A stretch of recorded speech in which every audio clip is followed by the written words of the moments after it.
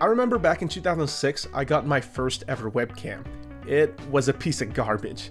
Not because the image looked terrible or anything, it was because I was too stupid and didn't know how to get it to work. This is the Logitech Streamcam, a $170 webcam that's catered towards streamers. Is the Streamcam quality good enough to justify that high price tag? Let's find out with a little review. First, let's talk about what comes inside the box. The webcam itself, a holder for the webcam that has your standard tripod mounting hole, and a mini little tripod to hold it. Pretty nice package they got here. Moving on, the Streamcam looks and feels pretty nice with some fabric in the front and hard plastic in the rest of the body. Sadly, the cable is permanently attached to the Streamcam, but the cable is nice and thick. The camera also has this little clamp on the back that lets it attach to your laptop or monitor. You may not notice this because it's kind of hard to see, but there are rubber pads on the edge of the clamp and all over the top portion of the clamp. And there's another hidden feature on this thing, and that's the fact that there's actually a microphone on this thing. It's hidden underneath all this fabric area. They did a great job making this webcam look completely seamless. The Logitech Streamcam can swivel about 45 degrees either way, and you can tilt it forward almost all the way into itself, which is completely impractical to do, but at least now you know that this webcam can do yoga better than you ever can. To use the webcam with the tripod, you can detach it from its display clamp and attach it to the tripod mounting holder onto it before screwing it into its tripod, or really any other tripod. So now let's take a quick look at this webcam in different lighting situations. In a good, nicely lit room, it looks great. That's really all you need from a webcam, really, especially one focused primarily on streaming. At night with the lights on, it still struggles a bit, but when you compare to the webcam on my MacBook, the Logitech Streamcam looks significantly better and makes the webcam on my MacBook look like a bona fide potato. Now let's talk about what really makes this Streamcam special, the Logitech capture software. So let's take a quick look and I'll show you around. Make yourself comfortable. I'll give you a little tour, you know.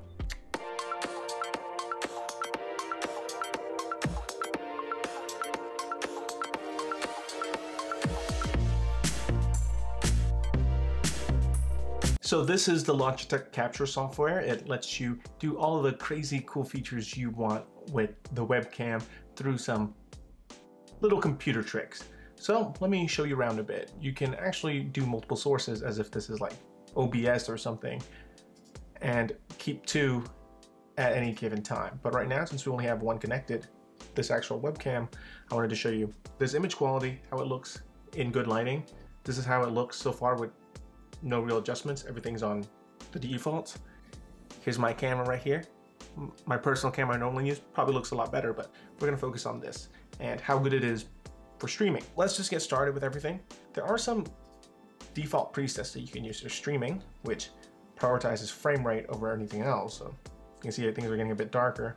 And then there's also recording, and pretty much it's all about image quality versus how many frames you're getting. I think for most streamers, they want the streaming option that gives you the frame rate priority. So right now it's on the recording preset, focuses on exposure, but we also have a bunch of different features laid out here for us, like backlight correction, which, as you can see, there's dark shadows all up on the sides of my face right now. With it on, it really helps smooth it over. Audio channel, you can do dual mono or stereo. Image stabilization, I think this is completely useless unless you're banging on the table like this the entire time. You won't actually need it. Of course, if you're stressed out on games and you throw things, then by all means you can keep that on, but it's not for me. Next we have auto framing, which is my favorite feature. So let me show you what happens when you turn it on. That's right, it focuses on this beautiful face. But look what happens when I move my head. It just stalks me. Which is great because with something like this, you'll always be in frame. You'll always be in the area that you need to be, and the camera just stalks you around. That way, if you're doing something, like if I just go over here and I'm doing something, you can see me, or if I start slouching, you can better see me slouching. I think that's a really nice feature to have when you're streaming. Then there's autofocus. You can turn that on or off, and you can manually adjust the focus. As you can see, I am completely out of focus. Let's leave that on. I think it's better to have that on than to have it off. Then auto framing, you can also turn off actually, and you can adjust it yourself. Maybe you want it, okay, yeah, why not? I just think it's better to just leave it on and let it follow you around. Auto white balance, You can turn that on or off. I personally like it a specific balance, so the skin tones look a bit nicer. I think I might need to push, yeah, there. My skin looks a bit more natural looking rather than that palish white. If I turn it on, okay, that looks, okay, no, definitely not. I'm doing it manually.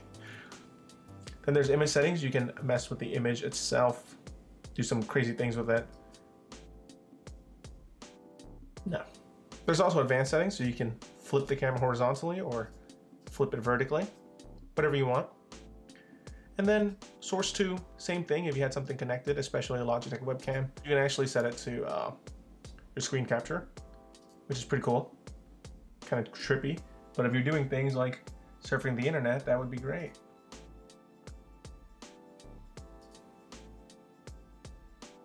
Right? Because now you can see everything, if it'll load, whatever. Then there's also different effects. There's that Logitech logo, which I don't know why anyone would want that on. And you can even do text overlays, and there's a bunch of different features you can fiddle around with. You can change the text any way you want. Cool stuff like that. Now, I don't think these features are as robust as, say, OBS or Xsplit, but it's really nice for beginners, I guess. When you're getting into OBS and stuff, it can get a lot more complex. Just think overall, this interface is more, what's the word for, user-friendly for beginners. Oh, and these things require logging in. You can have a bunch of different other styles. I'll display on the screen right now. I'm just not logged in, and I don't want to, but there's a bunch of different text styles as well, and other cool stuff. So pretty much this is like a super watered down OBS, but you know, this isn't actually streaming anything. So how they get around that is they do this. When you're in something that uses a webcam, such as live streaming off of YouTube, Twitch, or in this situation, Google Hangouts video calling, you can select a specific camera. So we don't want the Streamcam itself. There's two options. You want the Logitech capture option, and this one is the one where if you fiddle with anything in here, it affects this image right here. So for example, let's just say I turn off auto framing, right? Or I turn on auto framing. Now it's stalking me. Or I want that watermark. There it is. Or text overlay. So that's what it uses to trick your system into thinking it's using it as a webcam. That way you can do all these crazy effects in any kind of video chat or anything that uses the webcam or uses any webcam on your computer. Now, the only problem with that is it actually doesn't work with macOS. So that was just a quick demonstration of the Logitech Capture software and all of its features. I would go into more detail, but I feel like that should be a video on its own. That's not something I want to go into too much detail on. There's better videos for that out there. Anyway, back to the review. Now let's talk about the negatives of this webcam. The first glaring issue I find with it is that it uses USB Type-C. Now, that wouldn't be an issue if it wasn't only USB Type-C. USB-C is great, but for people looking at this device to stream, having interchangeable USB 3.0 and USB Type-C connections might be the way to go. But then again, most modern laptops should have this port. You can, however, get a USB-C to USB 3 adapter separately to fix this, but it's a little bit of a hassle. I'm just looking out for the little old dinosaurs out there. Secondly, all the cool features like the transitions, all the filters, all the text overlays, and even auto framing has to be accessed through the Logitech software. This is a minor inconvenience, but I thought I should point this out.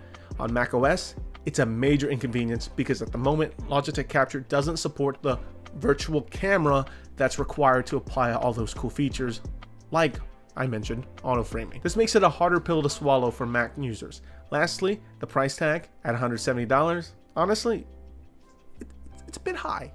It's a bit up there. But overall, if you're a streamer for a living or want one of the best one-man streaming setups, this Logitech Streamcam would definitely help. It has good picture quality, the ability to swivel and adjust, as well as features like auto framing really make this a great versatile streaming camera. I'd really look into it if I was in a market for a nice streaming webcam with some really cool features. Anyway guys, what do you think? Do you think this is a good upgrade over the popular C920 that's more of a budget option? Or is there a different webcam you'd prefer in this price range? Are you thinking about picking this one up? Leave all that down in the comment section below if you enjoyed this video. Give it a thumbs up, and well, don't forget to subscribe. I'll see you guys next time.